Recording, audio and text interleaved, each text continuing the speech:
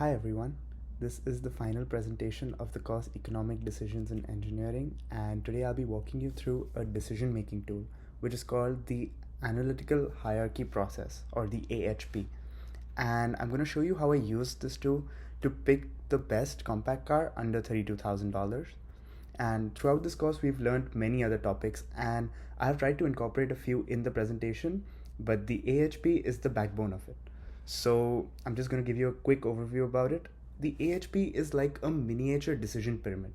At the top sits our goal, which is to pick the best compact car. And after that, we have criteria that matter to me subjectively, which would be the price, fuel economy, safety, styling, reliability. And AHP helps us weigh those criteria against each other.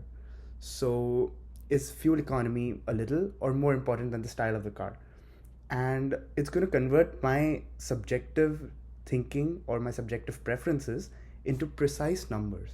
And once the weights are set, we score the car on the criteria, and the maths then gives us a one logical ranking between the cars. Let's start. So, choosing the best compact car. Why are we using AHP? So, firstly, because it handles many criteria with unequal importances.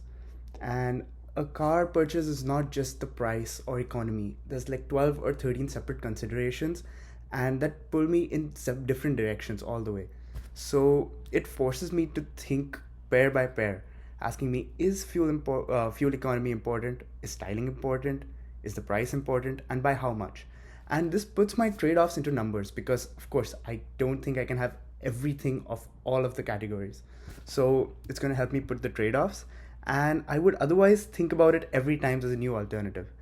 So the third is that the AHP gives me a consistency ratio. So if my judgment contradicts itself, like I say if I prefer A to B and B to C, but then I prefer C to A, so I need to clean up my logic because it can't be a loop. It has to be proper set preferences. And finally, the AHP is going to blend my hard numbers like horsepower, safety ratings, and it's going to blend it with subjective opinions like comfort, driving experience. And this is a big decision for me, like the biggest one I've ever made myself. So this flexibility is exactly what I need. Let's move ahead. So let me tell you how the AHP works step by step. It starts by building a hierarchy. Now, at the top, we define the goal, selecting the car. Of course, that's my goal. The next level is listing my decision criteria. All of the things I could imagine, like reliability, comfort, styling, price, fuel economy, everything. And on the base of the hierarchy are my alternative models, the cars that I have in consideration. So I then compare the criteria, evaluate weights, and reflect their importance. After that, I rate the car and multiply the rating by those weights, the weights that I have assigned to reflect their importance, right? And then I finally synthesize a total for the car. So let us move ahead. A few pros and cons of AHP. I'm going to be quick with this. Now, AHP is great because it allows you to combine hard data, like I mentioned, and subjective opinions. But it also includes a built-in consistency check to make sure that my ratings are logical. And a few downsides are that because human judgments are involved, there's going to be bias, which I'll be explaining later. And there'll be subjective ratings, so it's not consistent. But for complex decisions subjective to me, AHP gives me clarity. So let's talk about our scenario. Here is my situation. I want a new car. I want something that's compact, affordable, and reliable. Beyond the price, I care about the styling, the fuel economy, safety, handling, performances, like a lot of other features in the car, and I'm willing to spend around 32,000. So for this, I have selected three vehicles, which are 2024 models of the Volkswagen Golf, the Honda Civic, and the Ford Focus. And with these inputs for the cars, I will rate every car into the 13 criteria that I had just defined earlier. And these ratings will go into my AHP model. Now, these are a few specifications of the car, hard numbers. And as we can see, they include the dimensions, engine size. I'm just going to point those out. Horsepower, torque, weight, speed, fuel economy, reliability, comfort, most of those things. So if you want, just take a look at it and we can move ahead. Ratings given to each attribute. Now, for me, using the hard numbers, I have put the ratings from 1 to 10, 10 being the best, 1 being the worst, of course. And as you can see here, there's 1, 2, 3, 4, 5, 6, 7, 8. 8 different features that I'm considering and 8 different factors that I'm considering. So it's going to be price, size, styling, fuel economy, reliability, comfort, safety, engine response, and features. And I think features is available in all of them are 10 points, so we don't consider that. And these are the other options. So after this, I assign weights to each attribute. Now, I'm going to have to use a 0 to 1 scale, and this reflects how important every factor for me is.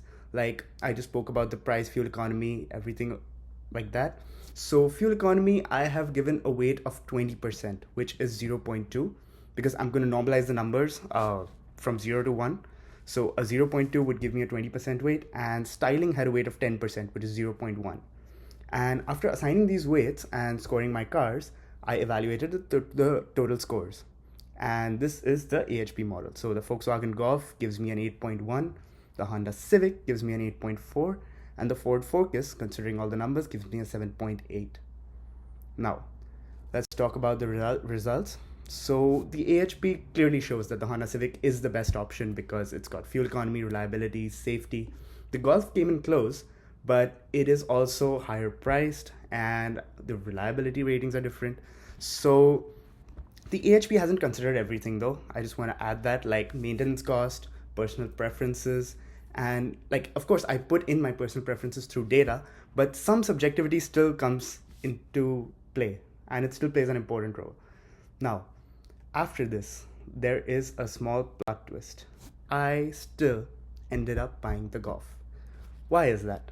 So when I went for the test drive, the moment I drove it and the way it handled, it clicked. And my brain gave so much more weight to the good feeling. It just put a smile on my face, and that's what I wanted for a car. So after that, the AHP just was sidelined by my brain, and it just triggered an instinct, yes, okay, I want this car. And this is an affect heuristic at work. So the surge of positive emotion quickly overweighted, like it increased the weight of my driving enjoyment. And I hadn't put that much on my AHP spreadsheet, but finally, because of my subjective bias, it got a higher weight.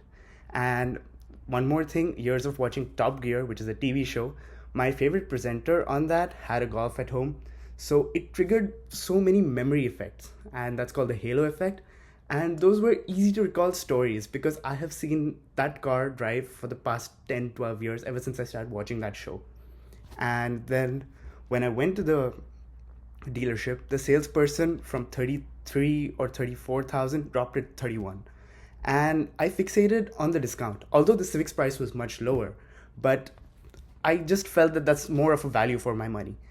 And after that, finally, when I pictured the Golf in my driveway, I quickly revised my internal weights, and that's called cognitive dissonance, which we've also learned.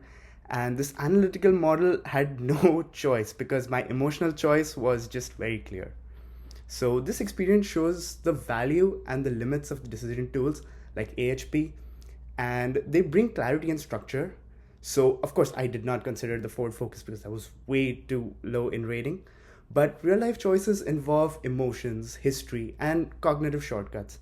Also, human beings are not logical, as we can see here, and understanding both the model and the mind helps us make better, more aware decisions. That's why I bought the Golf. I am happy with my purchase, and the AHP didn't matter much, but I'm so glad that I did the math to make sure that there's not that much of a difference. I'm not trading off a huge cost difference or something that I really wanted in a feature for the Volkswagen Golf. But I'm finally happy with my purchase. Thank you.